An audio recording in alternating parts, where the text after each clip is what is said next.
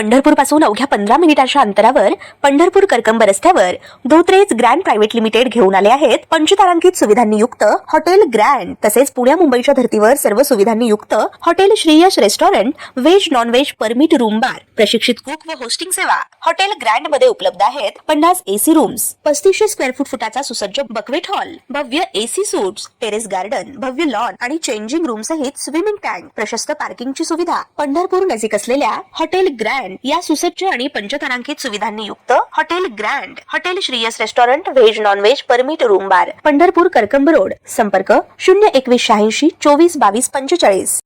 ताज्या घडामोडी पाहण्यासाठी आमच्या YouTube चॅनलवरील PVR म्हणजेच पंढरी वार्ता या न्यूजला सबस्क्राइब करा आणि शेजारील बेल आयकॉनवर क्लिक करा। आमच्याकडून वड सुद्धा जाणार नाही।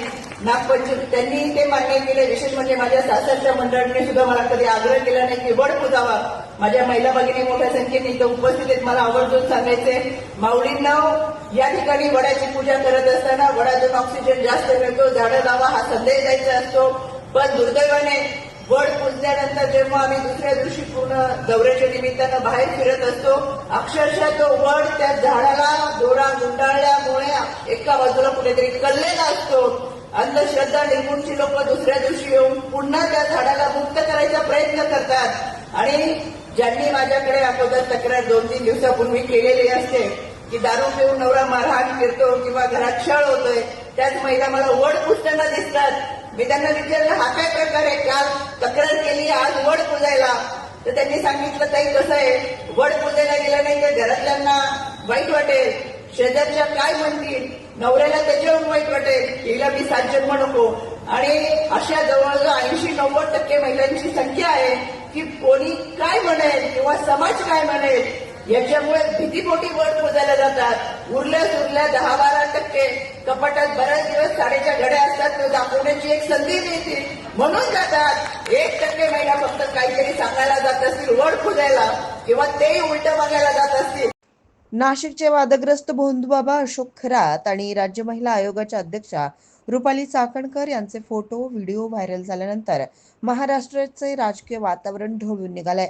चाकणकर या खराच्या पाया पडतानाचे फोटो आणि व्हिडिओ व्हायरल झाल्यानंतर आता राष्ट्रवादी काँग्रेस शरदचंद्र पवार पक्षानं आक्रमक पवित्रा घेतलाय। शिरूरचे खासदार डॉक्टर अमोल कोल्हे यांनी थेट कवितेच्या माध्यमातून चाकणकर यांच्यावर बोचरी टीका केली आहे।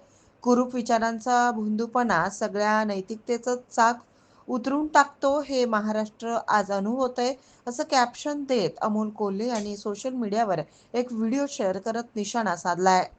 महिला आयोगातील जिजाऊंच्या फोटोला ताडकन तडा गेला। महिला आयोगातल्या जिजाऊंच्या फोटोला ताडकन तडा गेला जेव्हा तिथल्या खुर्चीला रांझाचा पाटील हा पितृतुल्य झाला।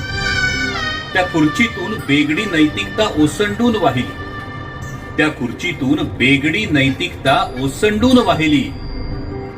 सामाजिक, कौटुंबिक की वैयक्तिक सगळी सीमारेषाच पुसट झाली।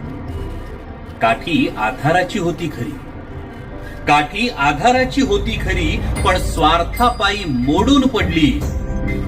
न्यायाच्या प्रतीक्षेत असलेल्या अहिल्याची पुन्हा एकदा शिळा झाली।